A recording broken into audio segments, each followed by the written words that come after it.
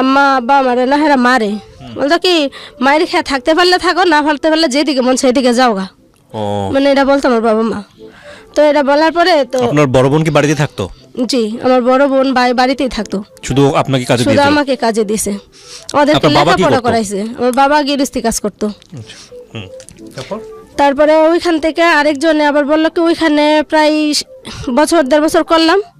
করার পরে যখন মানে একটু কাজটা ভালো শিখছি আর একটু মানে এখন থেকে একটু বেশি করতে পারি, তখন আরেকজন আবার বললো কি যে আমি ওরে 200 টাকা মাসে দেবো, ওরা আমার ঘরে দিয়ে দাও।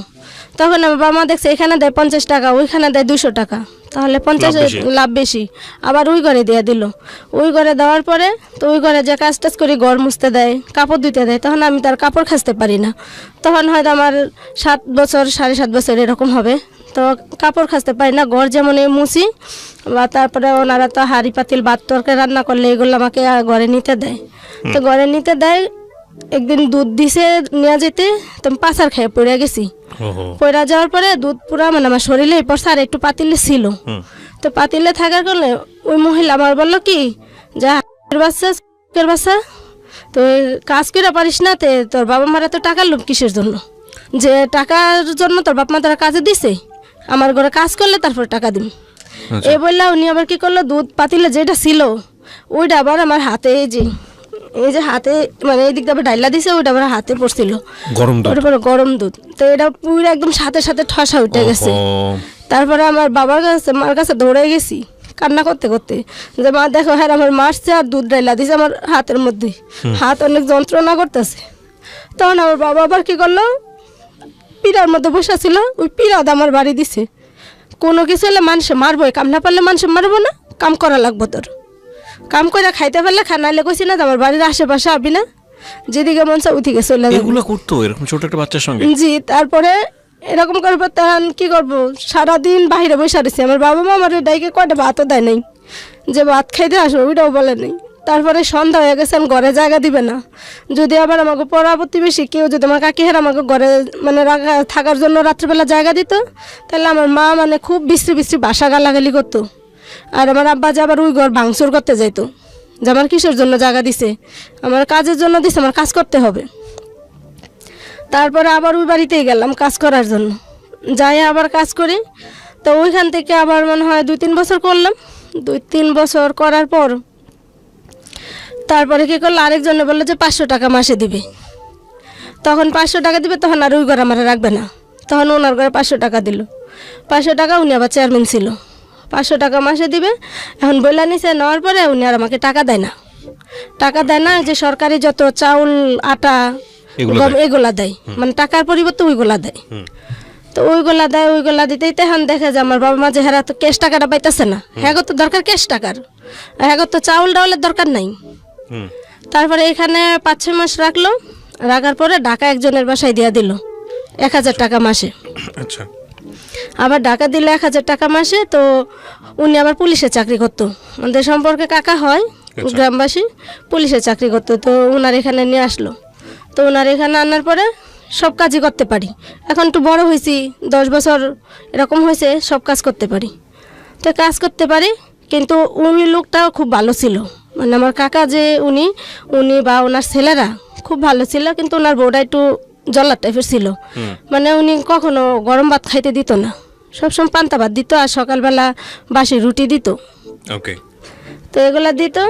তো একদিন ওই কাকা বলতেছে, কয় যে ওই মাইয়া ছোটবেলা থেকে এই পর্যন্ত কষ্ট করে আইছে, তো তুমি ওর সাথে এমন করো কিসের জন্য, ওরা ধরে মারো।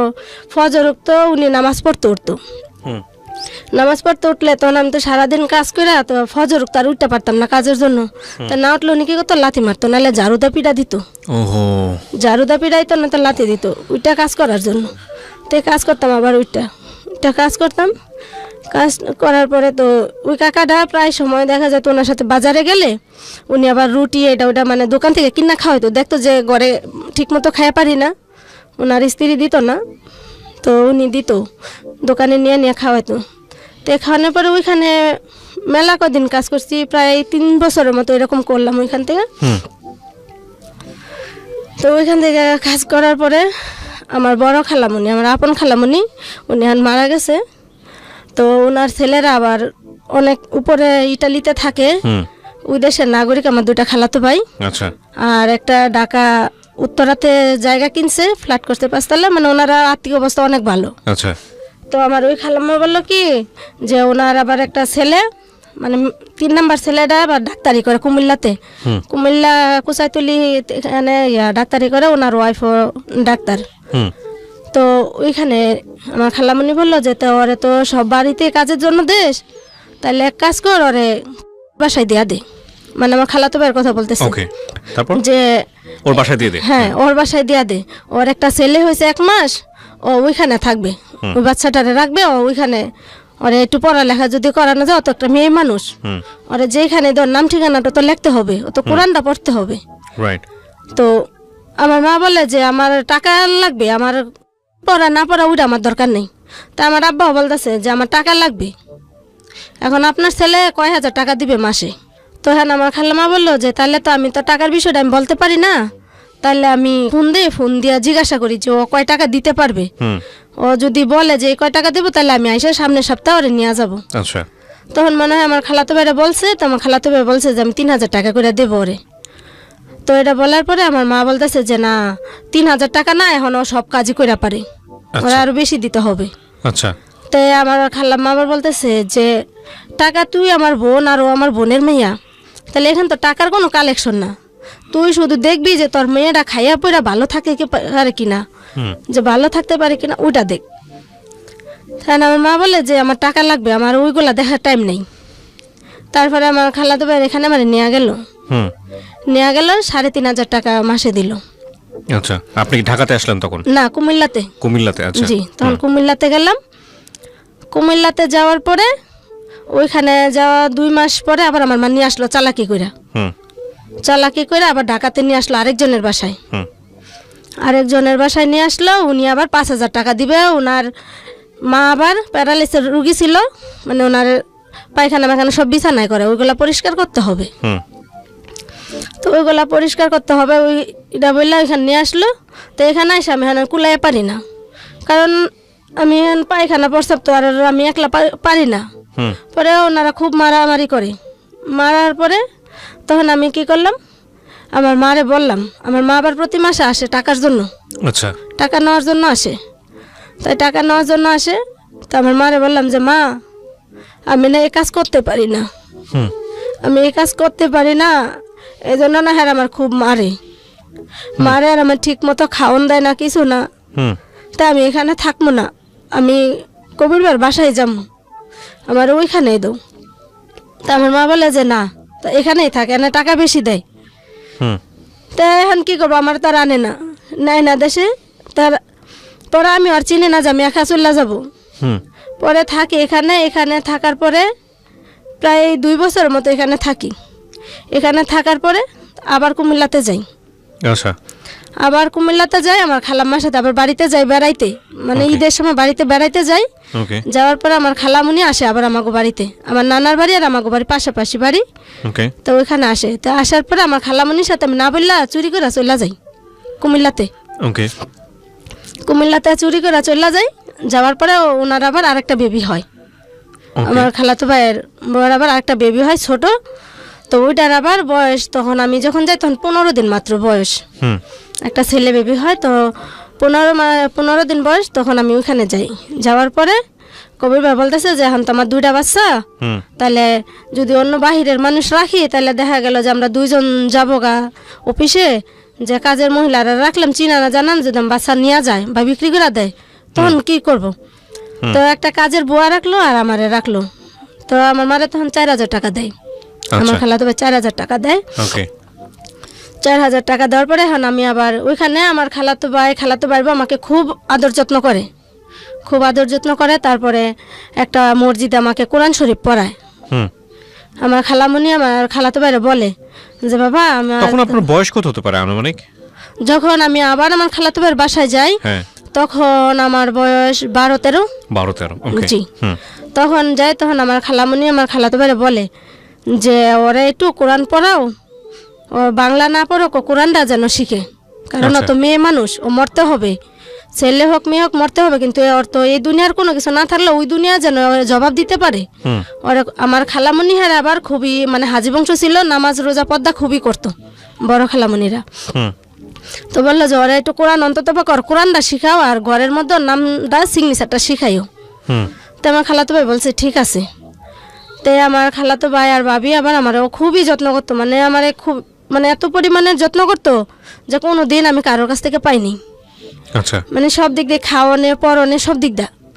আমার ভাবি যখন অফিস থেকে আসতো সবসময় আমার জন্য হয়তো 2টা সিঙ্গারা নয়তো 2টা সমোসা, বা আমার ভাইয়া আসলে নিয়ে আসতো, হুম বা যে কোনো একটা ফল টল আনলে সবসময় আমার হাতে দিত।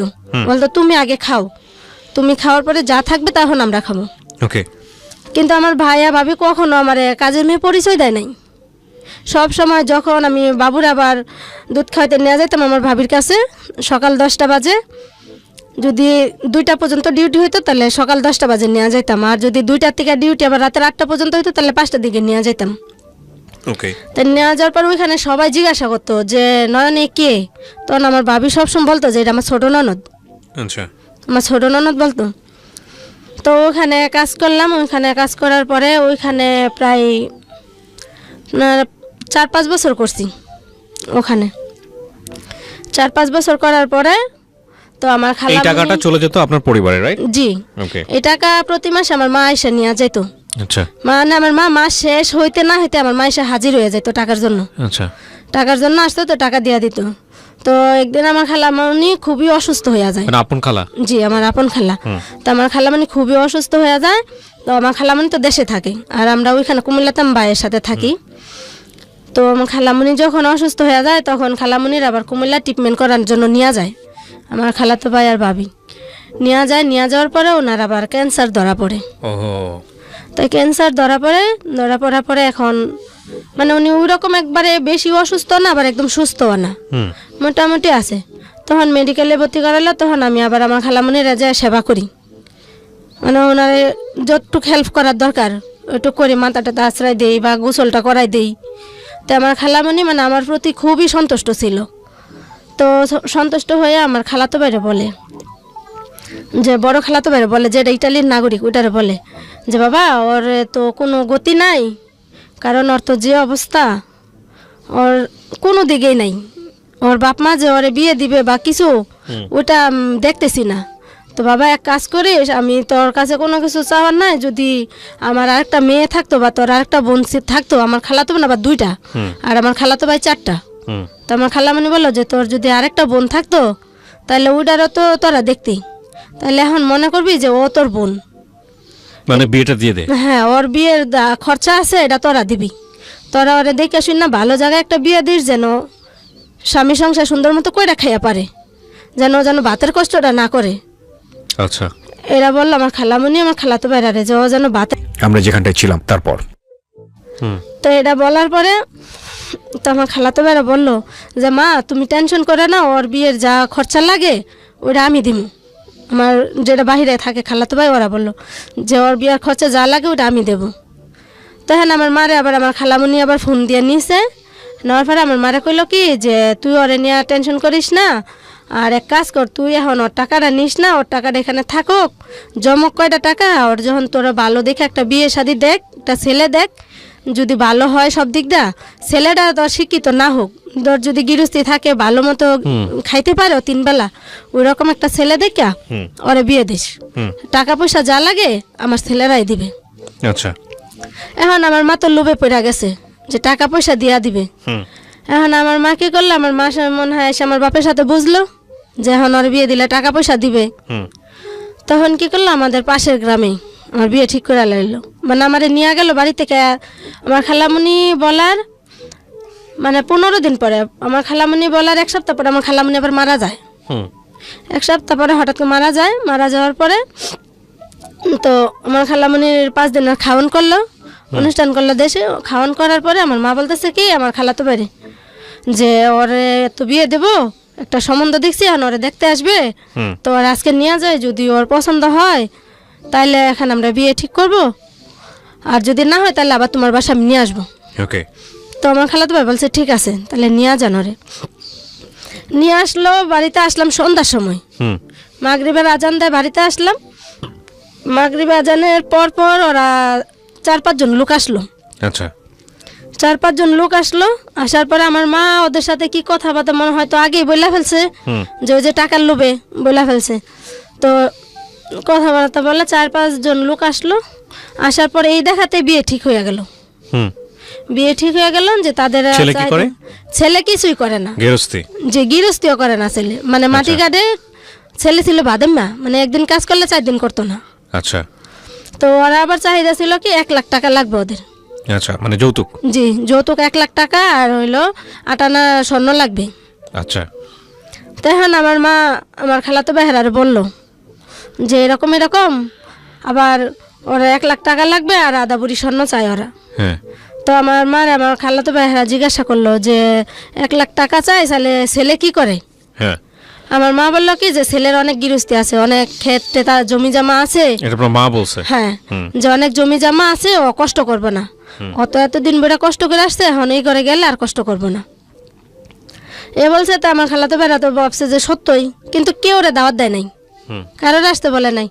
তা আমার মা বলে কি যে আমি এখন যদি তোরা কয় টাকা দিবি, ওর বিয়ে তো এখানে 1 লাখ টাকা লাগবে আর আধা বুড়ি স্বর্ণ চাইছে, হুম তখন তোরা কত টাকা দিবি? তাই আমার খালাতো ভাই বললো কি যে 1 লাখ টাকা যদি যৌতুক হয়, তাহলে আমি তোমার ঘরে আমরা 4 ভাই মিললে 1.5 লাখ টাকা দিব।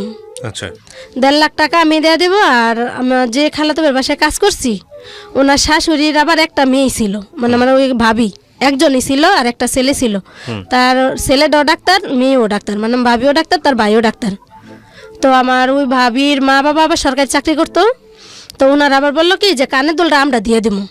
আচ্ছা যে যত আয়সা আমার 2টা নাতি পালছে, ও আবার আমার বিয়ানের এত সেবা যত্ন করছে, আমার মাইয়া সংসারে কাজটা সব কিছু দেখে রাখতেছে, ওরা আমরা কানের দুলটা আমরা দেবো। হুম তো এটা বললো। তো আমার খালাতো ভাই 1.5 লাখ টাকা দিতে চাইলো, এই কারণে যে 1 লাখ টাকা যৌতুক দিবে আর 50,000 টাকা খরচাপাতি করবে আচ্ছা এটার জন্য।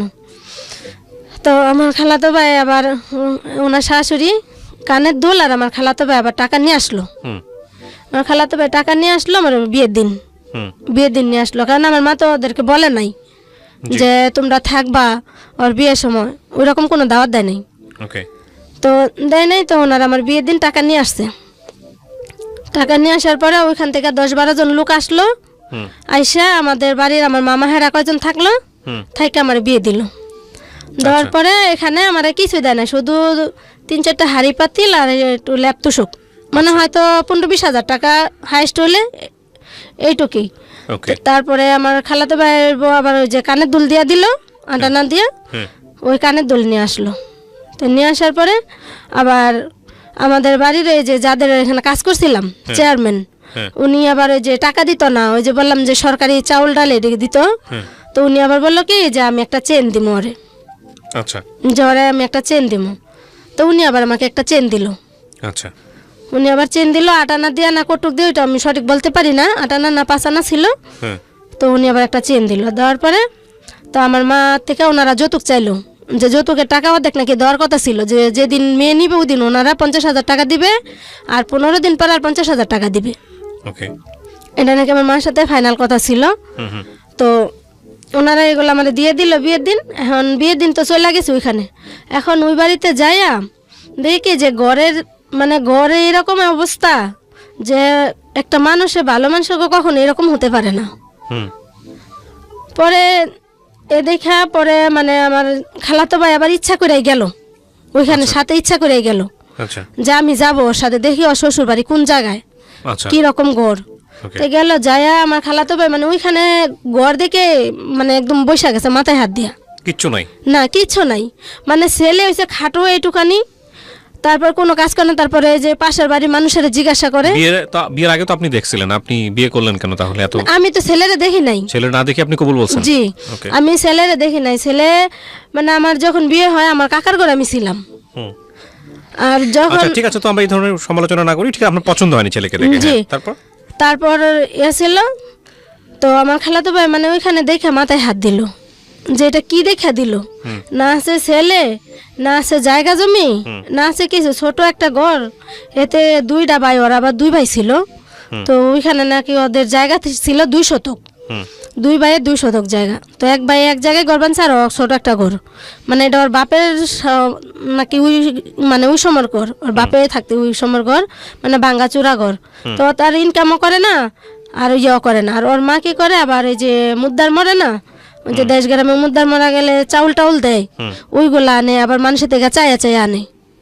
আয়া মানে আইনা মানে ছেলে আর মা ছেলে খায়। ওহো, বাবা বেঁচে নাই? না, ওর আবার বাবা ছিল না। আচ্ছা, আর এরকম বড় একটা ভাই আলাদা সম্বন্ধ ছিল। আপনার মা কেন কেন ইয়ে করলো আমি বুঝলাম যে না। মানে এরকম দিছে কিসের জন্য, যে ওইখানে দিলে যৌতুকের টাকাটা হেরার দিবে না আমার মা। সে টাকাটা তো আপনার ইয়েরাই দিয়ে প্রথম কথা হচ্ছে যৌতুক। আচ্ছা ঠিক আছে, যেখানে নেসেসিটি নোজ নো ল, সেটা তো আপনার মামারাই দিয়ে দিচ্ছে। তারপর যে এটা মানে ওনারা দিতেছে, আমার মামার আমার খালাতো ভাই হেরা তো দিতেছে আমার সুখের জন্য, কিন্তু আমার মা তো ওই টাকাটা দিবে না। আমার মার কথা হলো যে এই টাকাটা হেরে রেখা দিবে, উনি দিবে না ওই টাকাটা। টাকাটা তো ওরা না আমার মার হাতে দিছে। ওকে, তো ওই টাকাটা দিল না, না দেওয়ার পরে তো আমার খালাতো ভাই আর কিছু কইলো না, ওইখানে চুপ করে থাকলো। থাকার পরে আইসা পড়লো। তো ওইখানে আমি থাকলাম। এখন আমি কান্দি যে বাপের বাড়ি তো এরকম সারা জীবন কষ্ট করে আসলাম, এখন খালাতো ভাইরা টাকা দিল, তাও বাবা মা একটা ভালো ছেলে দেখে ভালো 2 বেলা 2 মুঠ ভাত খাইতে পারবো ওই রকম দেখে একটা বিয়ে দিল না।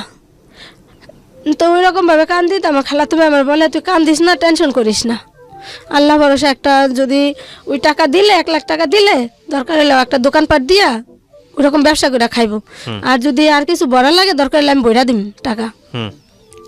তো ওইটা বললো। তো বলার পরে যাক ওইখানে থাকলাম। পরের দিন আবার আমাদের বাড়ি আসলাম। পরের দিন আসার পরে তো আমার খালাতো ব্যাপার আমার মারে জিজ্ঞাসা করে, খালা তুমি জরে বিয়া দিলা কি রেখে দিলা? তখন আমার মা বলে কি, আমার তো ওই ঘর দেখায় না, অন্য বাড়ি দেখাইছে, মানে খুব বংশং শুরু করছে। তো আমার খালাতো বলে, থাক ওর কপালে যেটা আছে, ও যেটা হওয়ার ওইটা হয়েছে, তাহলে এখন এক কাজ করো, আমি যখন টাকাটা আমরা যখন দিছি ওই টাকাটা এমনিতে দিও না, এমনিতে না দিয়া তাহলে ওই টাকাটা দেওয়ার একটা দোকানপাট নিয়ে দিলে ও একটা ব্যবসা বাণিজ্য করে খাইব, ও অন্তত ফাঁকে 2 বেলা ডাইল ভাত খাইয়া পারবো। তো এটা বললো। বলার পরে তো আমার খালাতো ভাইয়ের সাথে আমার মা সেই ঝগড়া, কেন বললো এই কথা, তোরা উস্কানি দিতে আসিস মাইয়ারে, এ করস, তোরা টাকা দিছিস দেখে কি উস্কানি দিবি নাকি এটা ওইটা, মানে ওদের সাথে ইচ্ছা মতো মানে এত খারাপ ব্যবহার। তখন আমার খালাতো ভাই রাগ করে চলে গেল। চলে গেল যে তোমার মেয়ে তুমি যেটা মন সেটা করো, আমাদের টাকা দেওয়ার দরকার, মারে কথা দিছি আমরা টাকা দিয়ে দিছি, এটা বললে ওনারা চলে গেল। চলে যাওয়ার পরে এখানে আসি যাই, এখন আমার মা তার টাকা দেয় না। পরে যখন 2-3 ফিরে আসছি, আসার পরে আমার মা কি করলো, ইয়া করছে, মা এক কাজ করো, ও তো অভাবের সংসার, কানে গলা জিনিসগুলা খুইলা থুইয়া যাও। আচ্ছা, জিনিসগুলা খুইলা থুইয়া যাও, নাহলে হ্যাঁ গোর অভাবের সংসার বিক্রি করে খাইয়া লেব। তা না, আমি তো ভাবছি যে হয়তো বিক্রিও করতে পারে, কারণ ওর তো কিছু নাই। আবার সবাই বলতেছে যে তোমার বাবা মা কি দেখে ওর কাছে বিয়ে দিছে, ও একদিন কাজ করলে 4 দিন কাজ করে না, বাড়ি নাই ঘর নাই। পরে বলতেছে, তো আমি ভাবছি যে হয়তো আমার মা তো হয়তো এখন আগে যাই করছে, এখন হয়তো আমার জন্য ভালোর জন্য এটা বলতেছে। তো মারে কি করলাম, বিশ্বাস করে কানে গলা জিনিসটা খুইলা দিয়া গেলাম। খুইলা দেওয়ার পরে এখন মা ওইগুলা বিক্রি করে ফেলছে। তখন যখন 15 দিন হয়েছে, তখন ওরা টাকার জন্য বলতেছে আমার মারে, আমার বাপেরে, যে আমার ঘরে টাকা দেন, আপনাদের তো কথা ছিল যে বিয়ার দিনে 50,000 টাকা দিবেন, তো আপনারা বলছেন যে ম্যানেজ করতে পারেন নাই, 15 দিন পরে দিবেন। তখন 15 দিনও গেল, 1 মাস হয়ে গেল, তখন টাকা দেন আমার ঘরে। তখন আমার আম্মা বলতেছে কি, আমার আব্বা আর আমার আম্মা, যে দেখো এখন তো টাকা এরকম ম্যানেজ করে পারতেছি না, ওরা তো টাকা দেওয়ার কথা ছিল, কিন্তু এখন তো টাকা দিতেছে না, সময় লাগবে। তাই নগর তো হয়েছে অভাবের সংসার, কারণ অভাবে পড়লে মানুষের যা হয়। এখন আমাকে বাড়িতে নিয়ে মারধর করে টাকার জন্য। তোর বাবা মা টাকা দেয় না কিসের জন্য, তোরা তো আমি বিয়ে করছি টাকার জন্য, তোর বিয়ে করছি টাকার জন্য, তো তোর বাবা মা টাকা দিবে না কিসের জন্য। তো এটা বলার পরে মারধর করে। তো বাড়িতে আইসে আবার আব্বা মারে বলি যে মা তোমরা টাকা পয়সা দাও না, আবার আমার জিনিসগুলো রেখা দিছ, এই জন্য আমার শাশুড়িও আমারে মারে আর হাজব্যান্ডও মারে। তো ওদেরকে টাকা কিছু দিয়া দাও, কারণ তোমার ঘরে তো টাকা হেরা দিয়াই দিছে, তেন টাকাগুলো ঘরে না রেখে কিছু টাকা দিয়া দাও যেন আমারে না মারে। তা আমার মা কয় কি যে না না আগে আমি দেখি জানে সংসার হইব কি না, তারপর টাকা দিম। এখন যদি অগরে টাকা দেই তাহলে তো ওরা টাকা খাইয়া ফেলাইলে পরে যদি তুই সংসার না করে পারস, তা আমাকে সংসার করে পারবো না কে? বিয়া যখন দিছো তাহলে তোমার সংসার করাই লাগবে। তুমি টাকা দিয়া দাও, তারপরে আমি দরকার হলে কাজ করে খাবো, সমস্যা নেই। হুম পরে এটা বলার পরে আমার মা টাকা দিবে না। টাকা দিবে না, আমার মা বলে কি জামাইর পক্ষ যদি টাকার লেগে হস তাহলে আমার বাড়ি যেন নদী পারে এ পারাবি না, মানে নদীর ওই পারে আমার বিয়া দিছে আর এই পারে আমার বাপের বাড়ি। ওকে। বলে যে নদী পারে এই পারাবি না। তখন এখন এইদিকে বাপ মারেও কইতে পারি না, ওই দিক দিয়ে ওরারও কিছু বলতে পারি না। পরে এমন করতে করতে 6 মাস গেল। 6 মাস গেল গা, টাকা দেয় না। না দেওয়ার পরে এমনিতে আমার বাচ্চা কনসেপ্ট করে, কনসেপ্ট করার পরে মানে ওরা তো এখন আরও টাকার জন্য আরও উইটা পড়া লাগছে। আর প্রতিদিন মারধর করে। পরে এমন করতে তো বাড়িতে আসি, আবার বাড়ি থেকে আবার 2-3 দিন থাকলে আমার মা আবার করে অত্যাচার। তখন আবার যাই ওই বাড়িতে। এমন করতে করতে বাচ্চা 5 মাস 6 মাস পেটে, তখন 6 মাস পেটে, তখন আর কুলাইয়া পারি না। এই অবস্থায় না খাওয়ারও কষ্ট করি, আবার মায়েরও খাওয়া লাগে, তখন কি করব? পরে আবার বাড়িতে আসি। বাড়িতে আসার পরে আমার বড় ভাই আবার চট্টগ্রামে থাকে, ওনার ওয়াইফ আর উনি চট্টগ্রামে থাকে, আর আমার ছোট ভাই যেটা এটা পরে আয়ে পরীক্ষা দেয়। তখন পরে ইয়া করার পরে বাড়িতে আসলাম। বাড়িতে আসার পরে 2 দিন থাকলাম বাড়িতে। 2 দিন থাকার পরে আমার মা আমার খুব জ্বালা যন্ত্রণা দিতেছে। বিয়া দিছি, স্বামীর ঘর কইরা পারস নাই, এলা এখন আমার ঘরে আয়া পড়ছস, এলা সেই বাড়ির যা, নাহলে 2 চোখ যেদিকে যা সেদিকে জাগা। পরে এমন করতে পরে গেলাম আমার বড় ভাইয়ের বাসায়, পলাইয়া গেলাম আমার কাকির থেকে 500 টাকা নিয়ে। আমার কাকিরে বললাম যে কাকি আমার 500 টাকা দাও। তো আমার কাকি কয় তোর 500 টাকা দিব, তাহলে তোর 500 টাকা দিলে তুই তো টাকা দিয়া পারবি না, কারণ তোর বাপ মাও দিব না, তোর বাপ মার কাছে যা চাইও পারবো না, তাহলে তুই কি করবি? তখন আমি বললাম কি যে কাকি আমার গলায় তো একটা রূপার চেন আছে আর আমার নাকের নাকফুলটা আছে, এটা রাখে আমার 500 টাকা দেব। আমি দরকার হলে ঢাকা যে আমি নাহলে আমি বাইরের কাছে যে কাজ করে খাবো। পরে আমার কাকিরে গলার চেনটা আর নাকফুলটা খুললা দিলাম। খুললা দেওয়ার পরে আমার কাকি আমার 500 টাকা দিল। 500 টাকা দিল। ওই 500 টাকা নিয়ে গেলাম আমার ভাইয়ের বাসায়। ভাইয়ের বাসায় গেলাম, সারা রাতের গাড়িতে চড়া সকালবেলা যা পৌঁছাইছি। সকালবেলা পৌঁছাইছি, তখন আমার ভাই আবার ফলের ব্যবসা করে। আমার ভাই ফলের ব্যবসা করে, আমার ভাবি আবার গার্মেন্টসে জব করে। পরে গেলাম, যাওয়ার পরে আমার ভাই বলতেছে তুই এই সময়কালে এখানে আইসস কি লেগা? তুমি ভাই দেখো তোমরা তো মা যা কয় তোমরা তাই শোনো, তোমরা একবারও দেখো না যাচাই কইরা যে সত্য মিথ্যা কোনটা। মা যে ডাকো আব্বা যে ডাকো এটাই তোমরা শোনো।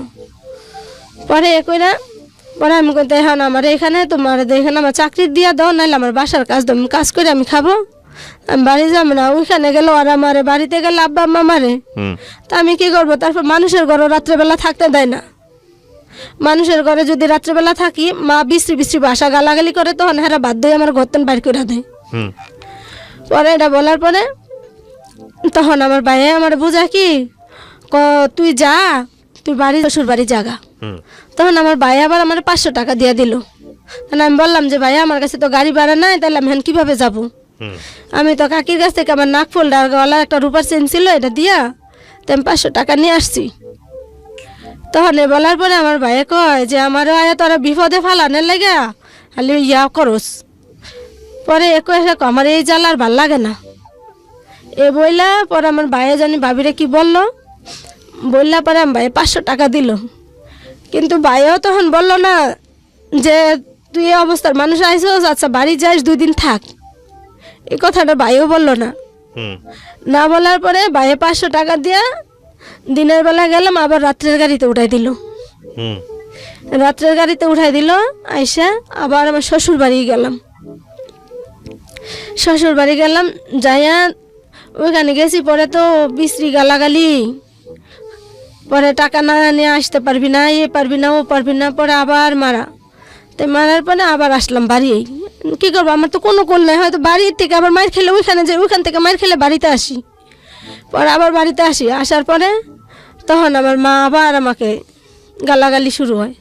গালাগালি শুরু হওয়ার পরে আমাকে বাড়ির পাশে একজনের এখানে আমি কই তোমাকে ওইখানে আমি কাজ করবো, আমার শুধু 2 বেলা 2টা খাওয়ান দিও, আর কিছু লাগবে না। এই পেটে বাচ্চা নিয়ে? হ্যাঁ, আমি কই তোমাদের এখানে কাজ করবো, আমি কাজ করলে আমার শুধু 2 বেলা 2টা খাওয়ান দিও, তোমরা খাইয়া যেটা থাকে ওইটা দিও। পরে এটা করার পরে তো উনি কইছে আচ্ছা তুই থাক। উনি আবার একা থাকতো, ওনার ছেলের আবার বাহিরে থাকতো, তো উনি আবার একা থাকতো। তো উনি কয় কি যে আচ্ছা ঠিক আছে, তো তুই আমার ঘরে থাক, আমার একটু রান্না বাইরা দিবি, আর আমরা 2 জন একসাথে খামো। কথাটা কিন্তু আমি বাবা টাকা পয়সা দিয়া পারবো না, বা তোর বাচ্চা হওয়ার সময় যদি কোনো সমস্যা হয়, তোর বাপ মা যদি টাকা পয়সা না দেয়, তখন কিন্তু আমি এর দায় বাই নিয়ে পারবো না। তা আমি কইলাম কি যে ফুফু তুমি ওই চিন্তা করো না, আল্লাহ যদি আমার হায়াত দেয় বাঁচমো, আর যদি হায়াত না দেয় মরা যাম। তুমি আর শুধু আমি যে কদিন থাকি ওই কদিন তুমি আমার খাওয়ান দিয়ে আমি তোমার ঘরে সম্পূর্ণ কাজ করে দিম। পরে এই পেটে বাচ্চা নিয়ে হ্যাঁ গড় মুইসা দেই, রান্না বাড়া করি, উঠান ঝাড়ু দেই, ঝাড়ু দিয়ে এমন করে 2 মাস কাজ করলাম। 2 মাস কাজ করার পরে 9 মাসের সময় আমার মেয়ে হলো। আচ্ছা, মেয়ে হলো, মেয়ে হওয়ার পরে তখন মেয়ে আবার নর্মালি হলো। মেয়ে হওয়ার 1 সপ্তাহ আগে আবার ওকে বাড়ি থেকে এসে আমারে নিয়ে যায়, মানে কোন উদ্দেশ্যে যেন নিয়ে গেছে আল্লাহ জানে। 1 সপ্তাহ আগে আবার আসছে, আইসা আমারে নিয়ে গেল।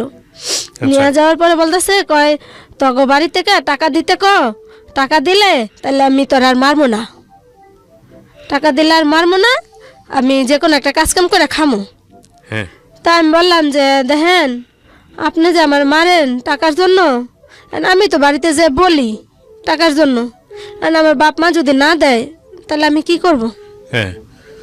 তখন উনি বললো কি যে টাকা যদি না আনোস তাহলে আমার বাপের তো অর্থ সম্পদ নাই, যে ওই অর্থ সম্পদ দিয়ে আমি তোরে খাওয়াবো। তো এমন করে যাক গালাগালি করে মারে ধরে 1 সপ্তাহ থাকলাম। 1 সপ্তাহ থাকার পর আমার মেয়েটা হইলো। মেয়ে হওয়ার পরে যাক 7 দিন ওইখানে ছিলাম। ওইখানে 7 দিন ছিলাম। আমাকে বাড়িতে মেয়ে হওয়ার পরে খবর দিয়েছে আমার মারে, আমার বাপেরা খবর দিল। খবর দেওয়ার পরে আমার বাপ মা কেউ যায় নাই। না যাওয়ার মধ্যে আমার ছোট ভাইটা গেল।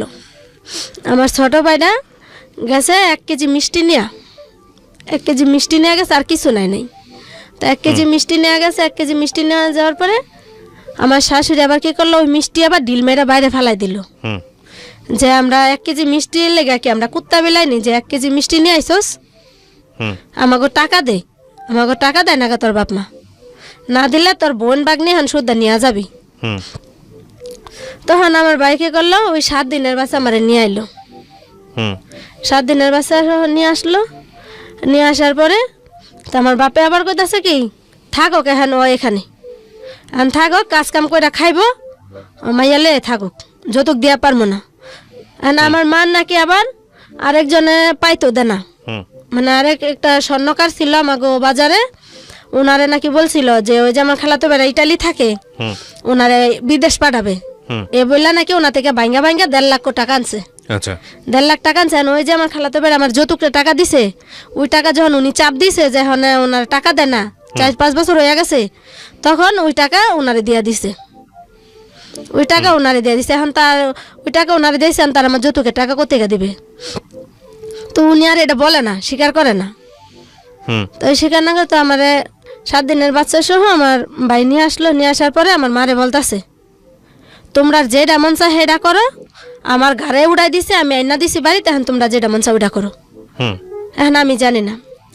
তখন এমন করার পরে তো আমার বাপে আমারে ঘরে রাখলো প্রায় 5-6 দিনের মতোই, 5-6 দিনের মতো এরকম ছিলাম। তখন আমার বেবির বয়স না 13-14 দিন, 13-14 দিন। তখন আমার মা আবার ঘরে আমার খাওয়ান দেয় না, কাজ না কইরা খাইয়া পারবি না, মানুষের ঘরে যা কাজ করগা কাজ করে খা, তোর জন্য ঘরে সরকারি চাউল নাই। এটা বলার পরে তাই আমি আর কিছু বললাম না। তো আমার মা কি করে ভাত খাইতে গেছি, আমার মা আবার কোনে জানি গেছিল, তো আবার ঘরে ভাত ছিল। তো মানে এত পরিমাণে প্রচুর খিদা ছিল পেটে। তখন আমি দেখলাম ঘর থেকে বাইরে হয়ে যায়, আমার মা কই যা, তখন দিয়ে কোনে যেন যায়।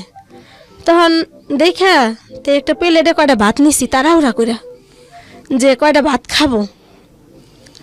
ওই ভাতটি যখন খাইতে নিছি, ভাত মানে 2 গাল ভাত মুখে দিছি, তখন আমার মা চলে আসলো, আইসা ঝাড়ু দিয়ে ইচ্ছা মতো আমার পিটাইলো। বাচ্চা কি তখন আপনার বাচ্চার বয়স কত? তখন বাচ্চার বয়স 13 থেকে 14 দিন। আল্লাহু আকবার। তখন আমার মা ঝাড়ু দিয়ে ইচ্ছা মতো পিটাইলো, পিটাইয়া আমার মা তার এখানে কাইটা গেল। হুম। কাইটা গেল, তখন আমার বাপে বলতেছে আরো দে আরো দে আরো দে, ও কি লেগে চুরি করে খাইতে আইছে ভাত। তখন যখন এটা বললো, তখন আমার কাকিয়ারা বলতেছে যে মানুষকে এরকম ঢাকাই তো হয়, যে ওই মায়ের বাচ্চা হয়েছে, ওই মায়ের তখন পেটে এমনিতে খিদা। পরে এটা বললে পরে আমার বাপে বলতেছে কি, তোমাকে এত দরদ লাগলে তোমাকে ঘরে নিয়ে যাও, তোমাকে ঘরে নিয়ে যাও, তোমাকে ঘরে নিয়ে খাও। এ বলার পরে তখন আমার কাকি এবার কইতেছে, এই তুই বাইরে আয় পড়, তুই আমাকে ঘরে কাজ কর, কাজ করে খা, তাও তো শরীরটা একটু আরাম পাইবি। তখন আমার কাকির ঘরে কাজ করি খাই।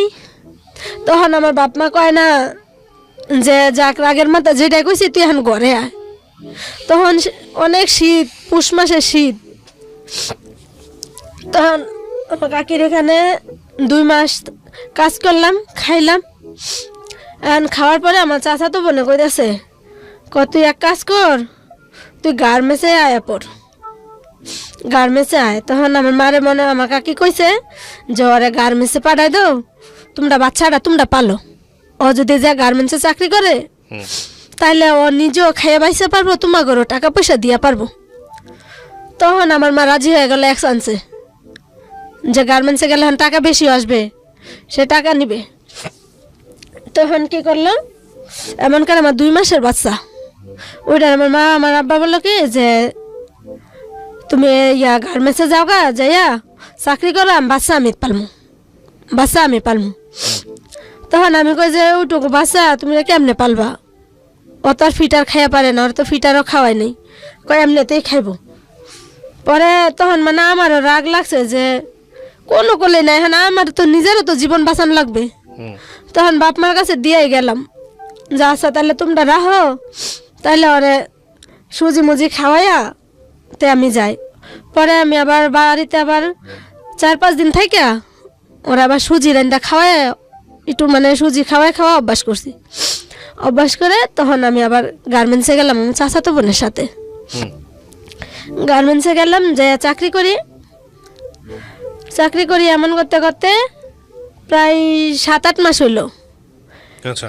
গার্মেন্টস করি 7-8 মাস হবে। তো মার সাথে ফোনে কথা বলি, বেতন পেয়ে টাকা দিয়ে দেই। তো আমার চাচাতো বোন দেয় শুধু আমি খাওয়ার টাকা দেই 3000 টাকা, থাকা খাওয়া সম্পূর্ণ মিলাইয়া 3000 টাকা দেই, তেল সাবান ওর সব কিছু। ও 3000 টাকা নেয় আর বাকি টাকা আমার দেয়া দেয়। তো বাড়িতে ওই পাঠায়, ওর মার কাছে টাকা পাঠায়ও, তো ওই টাকার সাথে আমার টাকা সহ আমার মারে পাঠায় দেয়। তো পাঠানোর পরে তো এমন হতে এখন আমার মা যখন আমার মেয়ের 8-9 মাস বয়স হয়েছে, তখন মানে আমার মা কি করলো যে এখন ওই মেয়ে রাখবে না, এখন ওরা বাড়ি থেকে তো এখন বলতেছে যে আপনারা যৌতুক দেন, নাইলে আমরা মাইয়া কি করবেন করেন। তো বলার পরে এখন আমার মা বলতেছে আমার মেয়ের আমি ভাত খাওয়াবো না। দোষ আমি কিছুই জানি না, ওই দিক দিয়া আমি কিছুই জানি না। আমি ভাবছি হয়তো আমি এখানে রাগ করে গার্মেন্টসে যাই চাকরি করি, এদিক দিয়ে হয়তো কয়টা টাকা গুছানো হইলে হয়তো কয়টা টাকা দিয়া বা চলে যাবো, মানে ওইটা আমার ইচ্ছা ছিল, ওইটা যে টাকা ইনকাম করলে হয়তো নাই তো ওরে আমি চট্টগ্রামে নিয়ে যাবো, নিয়ে 2 জনে মিলে কাজ করব। তো এটা করার পরে তো আমার মা এদিক দিয়ে কী করলো, ওরা বললো কি যে তুমি ওরে ডিভোর্স দিয়া দাও, তুমি ওরে ডিভোর্স দিয়া দাও, কারণ তোমার তো আমরা টাকা পয়সা দেই নাই, তোমার টাকা পয়সা দেওয়া লাগবে না, ওরে ডিভোর্স দাও। তখন আমার মা হেরা নাকি ডিভোর্স দিছে। তো হেরা তখন টাকা পয়সা লাগে নাই, ডিভোর্স দিয়া দিছে, কারণ হ্যাঁ আমি বাড়িতেও নাই, আর আমি হ্যাঁগোর সাথে কারোর সাথে যোগাযোগও করতে পারি না, কারণ না মোবাইল নাম্বারও নাই আমার কাছে, কোনো যোগাযোগও করতে পারি না। আমার মারে বললাম, মা বলে যে ওই নাম্বারে এখন আইনা পারবো না, মানে এমন করে খালি ঘুরায়, নাম্বার দিবে না ওরা। তো ওরা এখান থেকে ডিভোর্স দিছে। ডিভোর্স দেওয়ার পরে তো আমি কিছুই জানি না যে ওরা ডিভোর্স দিছে মানে। ডিভোর্স দেওয়ার পরে মানে 5-6 মাস পরে ওই ছেলে আবার অন্য জায়গায় বিয়ে করছে। আচ্ছা, অন্য জায়গায় বিয়ে করছে। তো আমার ছোট ভাই আমারে বলতেছে কয় মানে আপনার হাজবেন্ড? না মানে আমার ছোট ভাই বলছে আমার হাজবেন্ড অন্য জায়গায় বিয়ে করছে আমার ডিভোর্স দিয়া। ওটাই বলতেছি, মানে আপনার হাজবেন্ড একটা বিয়ে করছে, আপনাকে নিউজটা দিছে, কিন্তু আপনি তখনো দেখেন নাই না না সরাসরি। আচ্ছা, না, তারপর? আমি চট্টগ্রামেতেই আছি। পরে আমার ছোট ভাই আমাকে বলতেছে কয় করছে লাকি একটা কথা। আমি কই কি?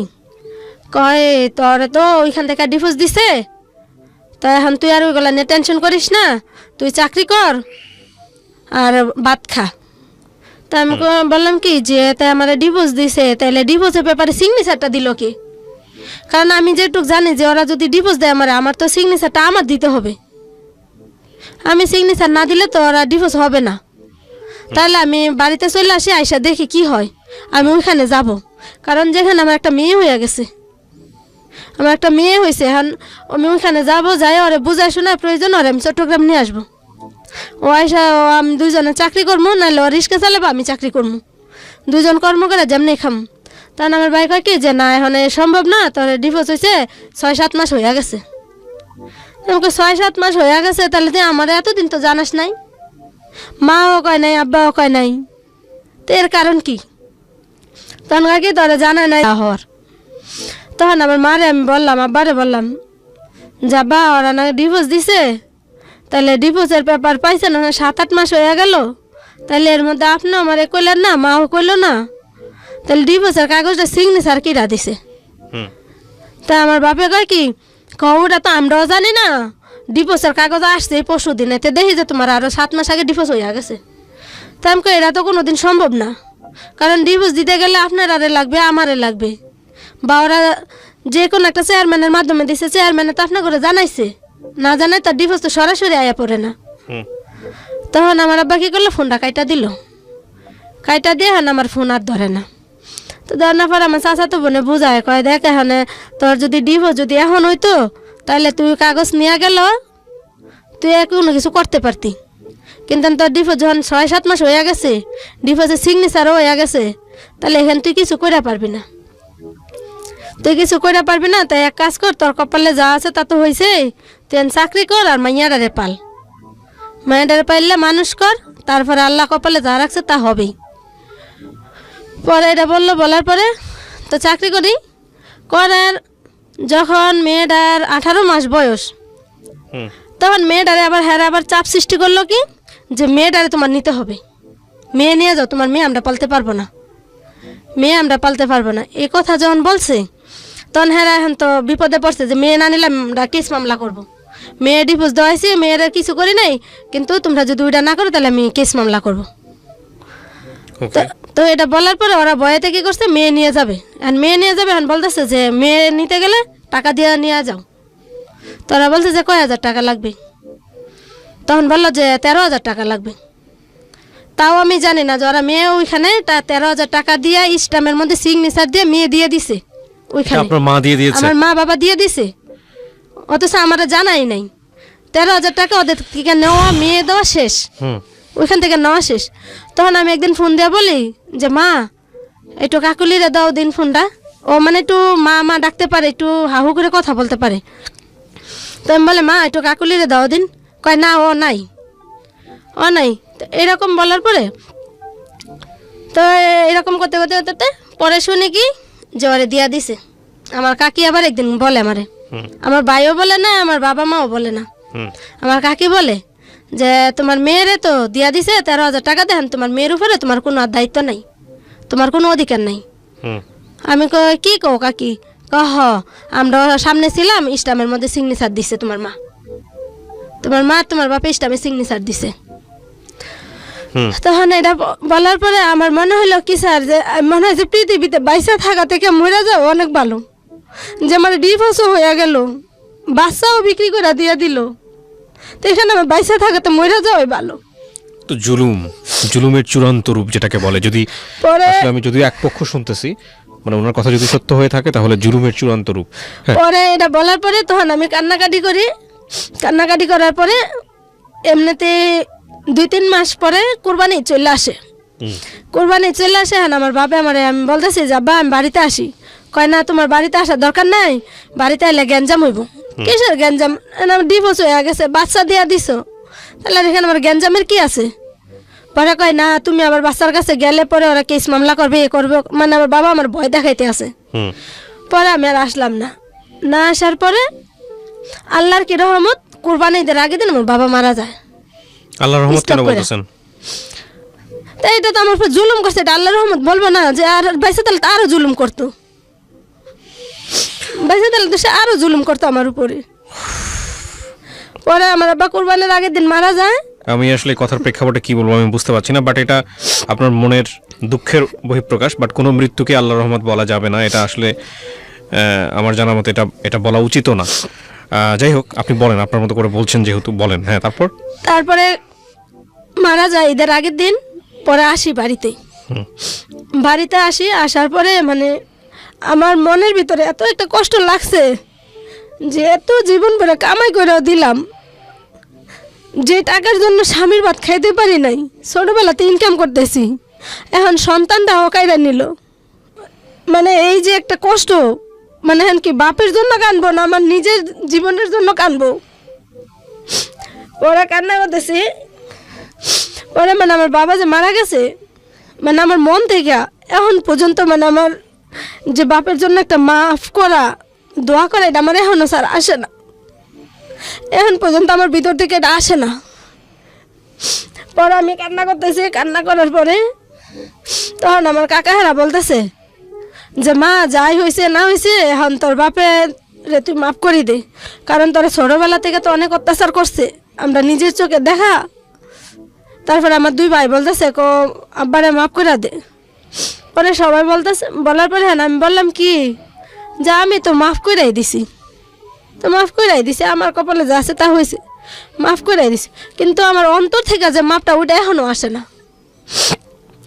মানে এটা পরে যাক মাটি দিল, মাটি টাটি দিয়ে আবার আসলাম গার্মেন্টসেই, আবার চট্টগ্রাম গেলাম, যে চাকরি বাকরি করলাম। চাকরি বাকরি করার মধ্যে আমার মা কী করলো, আবার আমার জন্য বিয়ে ঠিক করলো। আবার বিয়ে ঠিক করলো, ঢাকায় থাকে ছেলে, তার বাপ মা ঢাকা থাকে, তার বাড়ি সে খুলনা। বিয়ে ঠিক করে ওইখান থেকে আমার চাচাতো বোনের থেকে আমার মিথ্যা কথা বললে নিয়ে আসে যে মা অসুস্থ খুবই, আমি যেন শীঘ্রই আসি ঢাকা। আমার মা আমার খালার বাসায় ঢাকা, ওটা বললাম ছোটো খালামনির বাসা আবার ঢাকা, বলে যে ওইখানে আসছে। তো ওইখানে আসি আমি, ঢাকা রাত্রের গাড়িতে চলে আসি। আসা দেখি আমার মা সুস্থ মানুষ বসা, এখানে বসা। পরে আমার খালার বাসায় ওর বাপ নাই, তো ওই ছেলের বাপ ছিল না, মানে ওই ছেলের বড় ভাই, ওই ছেলের বড় ভাই, ওই ছেলের মা, ওই ছেলের বড় বোন আমাদের খালামনির বাসায় গেছে। তো যাওয়ার পরে ওইখানে আমার মা আমার খালামনি বলতেছে তোমারে এই ছেলের সাথে বিয়ে দেবো, ওই ছেলেটা কেমন লাগে? আচ্ছা, তো বলে ওই ছেলের সাথে বিয়ে দিবেন মানে আপনারা সব কিছুই করতেছেন, আমারে কোনো সময় কোনো কিছু জানান না কেন? আমার কি জানার অধিকার আমার নাই? আমার কি কোনো জানারই অধিকার নাই? পরে আমার খালাম্মা হেরা কইতেছে তোর বাপও মরে গেছে, এখন তোরে পালবো কিডা? আমি কই যে আমার তো এত জীবন তো আমার কেউই পালে নাই, আমি তো বুঝে রয়েছে পর থেকে আমি নিজেই কর্ম করে খাইতেছি, আমার তো কেউ পালে নাই। পরে ওইটা বলার পরে তো আমার মা কইতেছে যে এখন এনে বিয়ে দে, এনে সংসার করি খাও, এনে কপালে যা আছে তো হয়েই গেছে, এখন আর কি করবা? এখন কি করবা? এখন আগে যা যা হয়েছে এই মন থেকে মুছালাও। পরে আমার ভাইয়েরাও কইতাছে যে যা হওয়ার হয়েছে এখন এনে রাজি হয়ে যা। পরে যাই হোক এনে বিয়ে হইলো, এনে বিয়ে হলো। বিয়ে হওয়ার পরে যে ওই ছেলে আবার নিশা খায়। আচ্ছা, নিশা খায় ওই ছেলে, যায় কাজ টাজ করে, ওই টাকা দিয়ে নিশা খায়। আমি গার্মেন্টসে জব করি, আমার টাকা দিয়ে কোনো রকম ঘর ভাড়া দিয়ে যায়, একটু ডাল ভাত ঘরে খায়, আর বাকি টাকা দিয়ে নিশা খায়। নিশা খায় এমন করতে করতে তো এখানে 1 বছর গেল। 1 বছর যাওয়ার পরে আবার আমার একটা বাচ্চা কনসেপ্ট করে। তখন আমি বলি যে আমি বাচ্চা নেব না, এখন আমি বাচ্চা নেব না। তখন ওই ছেলে বলে কি যে তুমি যদি বাচ্চা না নাও, তুমি যদি এই বাচ্চা নষ্ট করো, তাহলে আখিরাতের দিন তুমি আমার ওই বাচ্চার জবাব দিতে হবে। তখন এখন তো বড় বিপদে পড়ে গেছি, এখন কি করব? বাধ্যতা হয়ে এখন বাচ্চা নেওয়া লাগবে।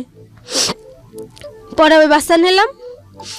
বাচ্চা নেওয়ার পরে যখন ওই বাচ্চা হয়েছে, ঢাকাতেই হয়েছে, হওয়ার 1 মাস আগে ওই ছেলে আবার কি করছে, বাড়ি গেছে। আমার ওই ছেলের মার কাছে রেখা, কিন্তু ওই ছেলের বাড়িতে আবার বউ আছে বাচ্চা আছে সেটা আমি জানি না। পরে বাড়িতে গেছে, তো আমার ছেলে হয়েছে আমাকে বাড়িতে এসে আবার আমার আবার ছেলে হওয়ার 1 সপ্তাহ আগে আমার ছোটো ভাই যেটা এটা আবার আমার নিয়ে আসছে 1 সপ্তাহ আগে ঢাকার থেকে। কয় এখানে থাকবি, এখানে থাকলে এলা আবার কি না কি হয়, তাহলে এলা বাড়িতে পরে বাড়িতে নিয়ে গেল, বাড়িতে গেলাম। আর বাড়িতে যাওয়ার পরে আমার ছেলে হইলো, ছেলে হওয়ার পরে ছেলে আবার নর্মালি হইলো আল্লাহর রহমত, টাকা পয়সা লাগে না, নর্মালি হইলো। হওয়ার পরে 1 সপ্তাহ পরে এখন ওরা বলতেছে কি ছেলের বাপেরে যে এখন ছেলে হয়েছে তোমার মেয়ে এসে নিয়ে যাও, তোমার বউ নিয়ে যাও, বউ ছেলে নিয়ে যাও। তখন ও আবার কি করছে, ওর মারে নিয়ে আসছে, মারে নিয়ে আসছে ওরা। কিন্তু এর আগে কিন্তু 1 বছর ভিতর ওদের বাড়িতে আমাকে নেয় নাই, দেশে নেয় নাই, কারণ দেশে নিলে আমি জানি না ফেলবো যে ওর বউ আছে বাচ্চা আছে, আমাকে দেশে নেয় নাই। যখন ছেলে হয়েছে তখন আর ঢাকাতে আসে নাই, তখন আমার এদিক দিয়ে সোজা ওদের বাড়িতে নিয়ে গেল, ওদের বাড়িতে নিয়ে গেল। বাড়িতে যাওয়ার পরে এখন আমার মাও গেছে আমার সাথে, আমার মাও গেছে, কিন্তু আমার মা কিন্তু জানে যে ওই ছেলের বউ আছে বাচ্চা আছে, কিন্তু এখানে যৌতুক লাগবে না, ওরা যৌতুক চায় না, এই জন্য এখানে দিয়ে দিছে আমারে। পরে বাড়িতে নিয়ে গেল, বাড়িতে যাওয়ার পরে যখন বাচ্চা নিয়ে ঘরে ঢুকছি, ওরা আবার আরেক বাড়িতে ভাড়া থাকে, মানে ওর বউ যে বাড়িতে ওদের বাড়িতে ওইখানে আমারে নেয় নাই, ভাড়া একটা বাসা নিছে, ওই বাড়িতে নিয়ে উঠাইছে। ওর মা আবার 1 সপ্তাহ আগে চলে গেছে ওই বাসায় দেশে, যে আমার ওই বাসায় নিয়ে গেছে। নেওয়ার পরে এখন আমি যখন বসছি, বসার পরে মানে সবাই তো শুনছে যে অমুকের বউ আসছে। পরে এখন সবাই আসছে, আইসে এক মেয়ে আমার বলতেছে কি ভাবি তুমি কি জানো না যে ভাইয়ার যে আগে বউ আছে, একটা ছেলে আছে। তখন আমি বলি কি বলেন, ওর কিসের বউ আছে বাচ্চা আছে? আমি 1 বছর হয়ে গেল আমি সংসার করলাম, তো শুনি নাই। পরে এটা বলার পরে আমার শাশুড়ির আমি জিজ্ঞাসা করি যে মা আপনার ছেলে নাকি আগে বউ আছে, একটা ছেলে আছে? তখন কই আমার তো এতদিন বলেন নাই। তোমার মা আর তোমার বাইরে সব জানে, তোমার মা তোমার বাইরে সবাই জানে, তোমার কইতে না করছে লেগে আমরা কই নি। তখন আর কি করবো, পরে এখন তার এখানে আর আমার কিচ্ছু বলার নাই। পরে ওই ছেলে পরের দিন ওই ছেলের বউ আসছে, বড় বউ আসছে, বড় বউ আসছে ওই ছেলে নিয়ে। ওই ছেলে নিয়ে আসার পরে ওই মেয়ে বলতেছে, কেন অত প্রায় প্রায় আসতো, আবার বাড়িতেও আসতো। তখন আমার বলতো কি যে দেশে যাই আমার ভালো লাগে না, বাড়ি থেকে একটু ঘুরে আসি, ওইটা বললেও মানে দেশে আসতো। তখন আমি ভাবতাম যে হয়তো দেশের জন্য টান থাকতেই পারে, দেশে আসতো। তো আমি যখন ওই ছেলে আর ওই ওর ওয়াইফ আসলো, আসার পরে আমার বলতেছে কয় তুমি একটা মেয়ে আমিও একটা মেয়ে, তুমি একটা নারী হয়ে আরেকটা নারী সর্বনাশ কেমনে করলা? এই যে আমার একটা ছেলে তুমি এর উপরে কেমনে বিয়া বইলা? তখন আমি বললাম যে দেখুন আমি কিন্তু জানি না, আপনি ওরা জিজ্ঞাসা করেন বা শাশুড়িরে জিজ্ঞাসা করেন, ওরা কিন্তু কেউ আমারে বলে নাই।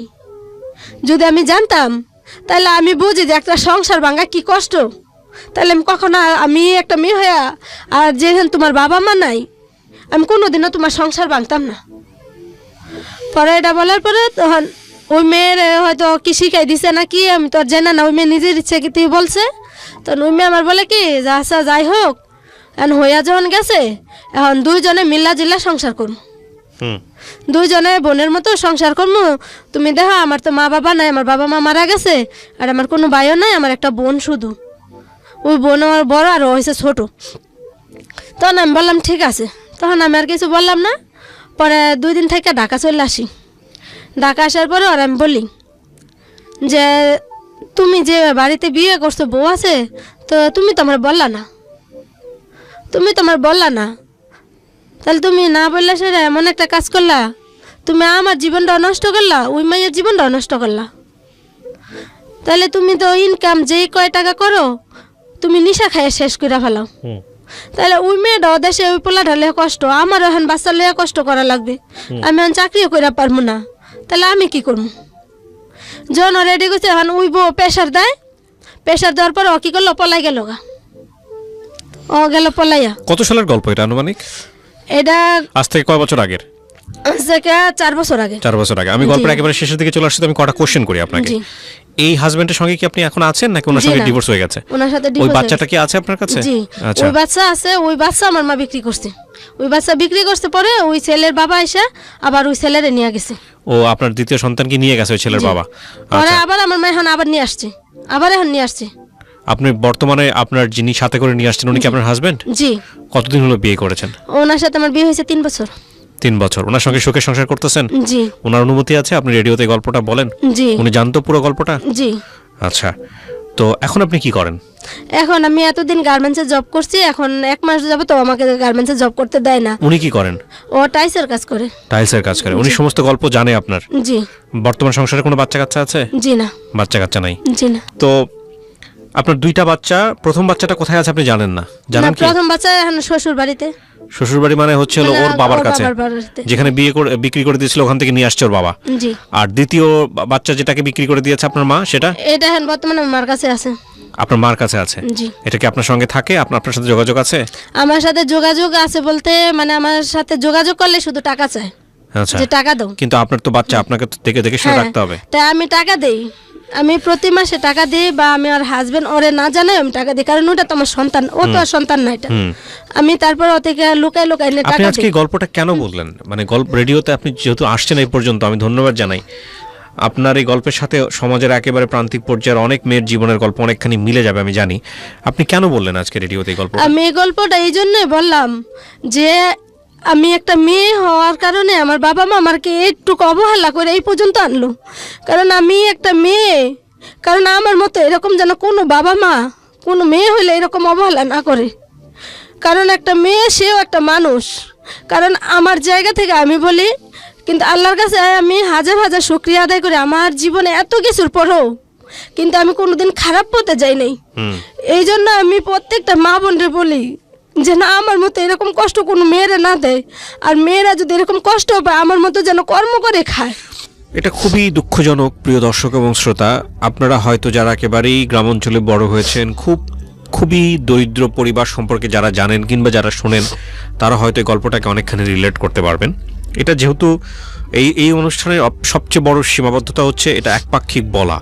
এই একপাক্ষিক বলার জায়গাটি সবসময় অসম্পূর্ণ। এখানে যদি ওনার বাবা মা সবাইকে যদি মুখোমুখি করা যেত তাহলে হয়তো গল্পটা অন্যদিকে মন নিত। তবে এটা ঠিক, যেই রূঢ় বাস্তবতা এখানে উঠে এসছে, সেই রূঢ় বাস্তবতা বা এর চাইতেও কঠিনতম সময়, এর চাইতেও কঠিনতম বাস্তবতাকে আমাদের সমাজে মেয়েদেরকে ফেস করতে হয়। আমরা যতই বলি যে নারী উন্নয়ন হচ্ছে, নারী উন্নয়ন হচ্ছে, এই প্রান্তিক পর্যায়ের মানুষদের যেই সামাজিকতা বা একটা কন্যা সন্তান জন্ম হলে তার প্রতি যে দৃষ্টিভঙ্গিটা জন্মে যায়, সেটার পেছনে অনেকখানি সামাজিক কাঠামো দায়ী, অনেকখানি সামাজিক কাঠামো দায়ী। কারণ দেখেন, যদি এই বাচ্চাটা জন্মগ্রহণ করার সঙ্গে সঙ্গে বাবাকে যদি ভাবতে না হইতো যে আমার এই মেয়েটাকে বড় করে আমাকে বিয়ে দিতে অনেক টাকা লাগবে, বা এই মেয়েটা আমার জন্য কিছুই দিবে না সংসারে, এই মেয়েটা একটা বোঝা, এবং এই মেয়ে মানেই হলো আমাদের মনে আছে কিনা, আমাদের এখানে আমাদের অনেক বড় একজন মডেল এসেছিলেন, তিনি তার বাবাকে কোট করে একটা কথা বলেছিলেন যে আমার বাবা একটা কথা বলেছিল, সেই কথাটা আমার জীবন ঘুরিয়ে দেয়, মেয়ে মানেই লস প্রজেক্ট। তো এই যে বিষয়গুলা, এই বিষয়গুলা কিন্তু আমাদের সমাজের রন্ধ্রে রন্ধ্রে এই বিষয়গুলো আছে। অথচ দেখেন, আপনি ধর্মের কথাও যদি যান, ছেলেদের ক্ষেত্রে আল্লাহ এরকম কোনো সুযোগই দেয়নি যে আপনার ছেলের সন্তান আসছে মানে হচ্ছে আল্লাহ আপনাকে জান্নাত দিয়ে দিবেন। মেয়েদের ক্ষেত্রে এরকম বলা হয়েছে যে আপনার যদি কন্যা সন্তান থাকে, 3টা কন্যা সন্তান, 1টা 2টা না, 3টার কথা দেখেন, 3টা যদি থাকে এবং 3টাকে যদি আপনি অন রিলিজিয়াস ওয়ে আপনি যদি সুন্দরভাবে তাদেরকে বড় করতে পারেন এবং সৎপাত্রস্থ করেন, আপনি জান্নাতি। শুধু 3টার জায়গায় না, আপনি 2টার জায়গা হলেও আল্লাহ এই কথা দিয়েছে এবং 1টার জায়গা হলেও ওয়াদা দিয়েছে। তার মানে কি পরিমাণ সম্মান তাদেরকে দেওয়া হয়েছে। অথচ, এবং আপনারা দেখবেন যে আমরা ছোটবেলায় যখন আমরা ধর্মকেন্দ্রিক বই পড়তাম, তখন এই আরব বা মধ্যপ্রাচ্যে যেটাকে যুগ, সেই যুগটাকে বলা হতো আইএমএ জাহিলিয়া যুগ, এবং সেখানে কন্যা সন্তানদেরকে জীবন্ত পুঁতে ফেলা হতো, এবং সেই যুগটাতেই জন্মগ্রহণ করেছিলেন আমাদের প্রিয় নবী। এবং আপনি ধর্মের বাইরে গিয়েও যদি চিন্তা করেন, আপনি বিভিন্ন সভ্যতার দিকে যদি তাকান, সেখানেও কিন্তু এই যে নারীদেরকে নিয়ে নারীদেরকে অপমান করা, বিভিন্নভাবে যুগে যুগে তাদেরকে ব্যবহার করা, এই বিষয়গুলো আসলে সত্যিকার অর্থে মানুষের যে মানবিক মর্যাদা, সেটা বিভিন্ন স্তরের জায়গা থেকে হোক, একবারে গ্রাম অঞ্চলে হোক, মধ্যবিত্ত পর্যায়ে হোক বা উচ্চবিত্ত পর্যায়ে হোক, যেখানেই হোক না কেন, এই মানবিক মর্যাদার জায়গাতে আমাদের চরম একটা ঘাটতি আছে। উন্নতি হচ্ছে, ডেফিনেটলি হচ্ছে, অর্থনৈতিক উন্নতি চোখে পড়ে যায়, চোখে পড়ে বটে, কিন্তু এই যে মানবিক উন্নতি, মনোজগতের যে উন্নতি, সেই জায়গাটা একটা অনেক বড় কাজ করা দরকার, এবং সেখানে আমাদের চরম ঘাটতি রয়েছে। কন্যা সন্তান মানে বোঝা নয়, কন্যা সন্তান হচ্ছে আল্লাহর আশীর্বাদ, এবং সেটাকে আরও বেশি বেশি করে সুযোগ দিয়ে তাদেরকে আরও সামনের দিকে দিতে হবে। এটা হচ্ছে আমাদের জায়গা থেকে দায়িত্ব।